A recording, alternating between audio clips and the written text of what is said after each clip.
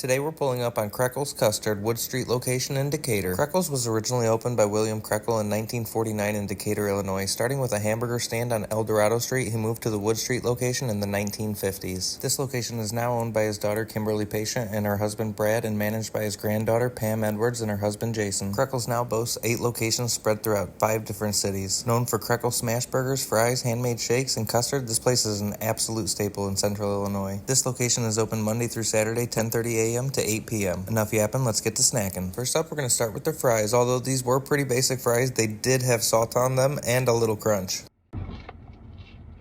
Fries are always better with some hot liquid cheese though, and this old school bright cheese makes me feel pretty nostalgic too. Like I said, they're nothing crazy, they're pretty basic fries, but at least they have the courtesy to season them. I'm gonna give the fries a 7.5 out of 10. Next, we're gonna move over to the Krekel burger. I went with a double and I got ketchup and mayo on this one. You know it's gonna be good when the outside of the package looks like that. It was cooked very well and smashed down nicely, giving it those lacy edges you look for in a smash burger. I will say it could use a touch more seasoning in the meat itself, but maybe I'm just used to the Springfield location. That is the one I've had the most after all. Of course, I had to dip it in the cheese sauce as well, and you know that's gonna hit. 8.2 out of 10. And last, but certainly not least, we've got the peanut butter shake.